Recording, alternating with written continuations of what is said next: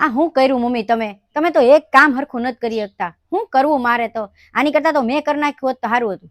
તમે તો એક કામ કરો ને એમાં બીજા 10 કામ વધારો છો મારા.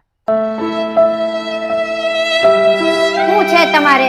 તમારે તો થોડીક વારે શાંતિ નથી. એક કામ હરખી રીતના કરવું નહીં, કોઈને કરવા દેવું નહીં. આખો દી બેઠા બેઠા બસ ઓર્ડર કરવા છે.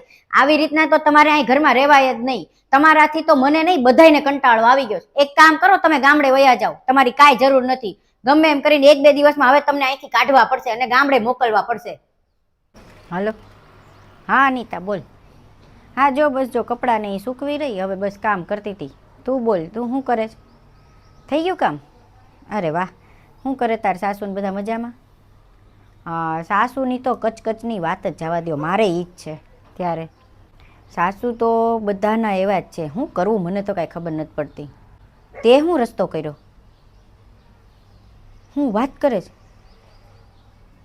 તું એને મૂકી આવી ગામડે? તાર ઘરના બધા માની ગયા? હા તારે પાછી નોકરી હોય ને કોણ કરે? એ વાત તો સાચી છે. હા મારે નોકરી હોય, શું કરવું પણ તોય ક્યાં મૂકવા જવા? તારા સાસુ વૈયા ગયા એટલે તારે તો હવે એકલા જલસા ને શાંતિ થઈ ગઈ હશે ને ઘરમાં? હા સાચી વાત છે. સારું કહેવાય.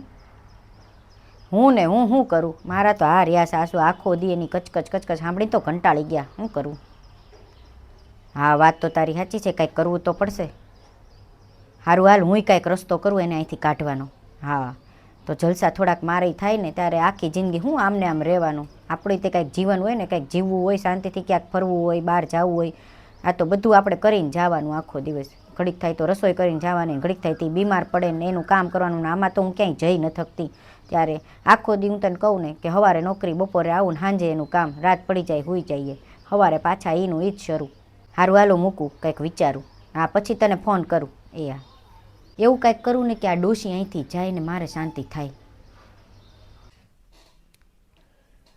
હા બોલ બોલ અનિતા. બસ જો એ જલસા છે હો. હા શાંતિ. બસ જો હું મારું ઓફિસનું કામ કરતી હતી ઘરે. હા આજ નથી ગઈ ઓફિસ. અરે માંડ શાંતિ છે. મારા સાસુને એને તો ગમે એમ કરીને બાંધીને ગમે એમ કરીને એને તો મૂકી આવી હું ગામડે. અહીંયા શું કામ છે? ત્યારે તે કીધું તું ની એકદમ સાચી વાત. એટલી શાંતિ છે ને. શું વાત કરેશ તું? કેમ પાછી લઈ આવી? હા એ તો છે હો. એ તો મારે થાય છે યાર. જે દુની મારી સાસુને હું મૂકી આવી છું ને એ દિવસથી તો મારે કામના પાર નથી.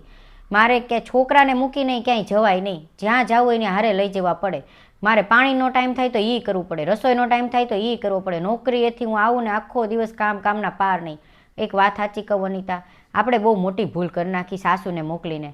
સાસુ હતા ને તો થોડી ઘણી ઘરની જવાબદારી રાખતા અને ઘરે રહેતા ને તો ઘરની ચિંતા ન રહેતી. અને આપણે કદાચ વહેલું મોડું થઈ જતું હોય ને નોકરીમાંથી અને ઘરે પહોંચવા મોડું થાય ને તો છોકરાઓની ચિંતા ન રહેતી મારે તો. કારણ કે મારા સાસુ ઘરે હતા તો હું નોકરીએથી વહેલી મોડી થાવ ને તો શિવેનને એ સાચવી લેતા હતા.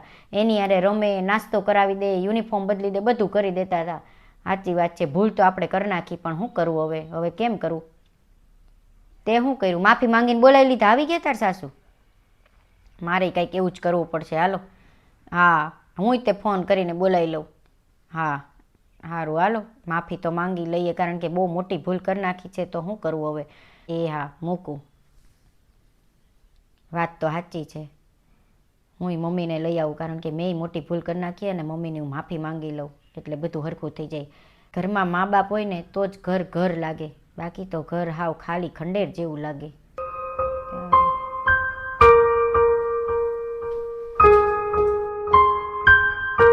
મમ્મી તમારો છે ને બધો સામાન ગોઠવી દીધો છે એટલે તમારે હવે ચિંતા કરવાની જરૂર નથી. તમે આવી ગયા છો, તમે આરામ કરો. હું તમારા માટે થોડોક નાસ્તો ને ચા નહીં બનાવીને લાવું છું. અને મમ્મી મારે તમને એક વાત કહેવાની હતી. મેં તમારી સાથે બહુ ખરાબ વર્તન કર્યું અને ઝઘડા કરી અને મેં તમને ગામડે મોકલી દીધા. છતાંય તમે કાંઈ ન બોલ્યા. મારી ભૂલ થઈ ગઈ, મને માફ કરી દેજો. અને તમે તો મહાન છો. તમે એક પણ શબ્દ બોલ્યા વિના ઘરમાંથી નીકળી ગયા. અને આજે જ્યારે મને થોડી કંઈ તકલીફ પડી અને મેં ફોન કર્યો કે તમે આવી જાઓ, મારે તમારી જરૂર છે, એટલે તમે તરત દોડી દોડીને આવી ગયા. કહેવાય છે ને કે મા બાપની તુલના કોઈ ન કરી શકે, મા બાપની જગ્યા કોઈ ન લઈ શકે. છેલ્લે મારે એટલું જ કહેવાનું મમ્મી કે હવે હું આવું ક્યારેય નહીં કરું. મારાથી કાંઈ ભૂલ થઈ હોય તો મને માફ કરી દેજો. તમારી વહુ નહીં પણ એક દીકરી સમજીને તમે મને માફ કરી દેજો.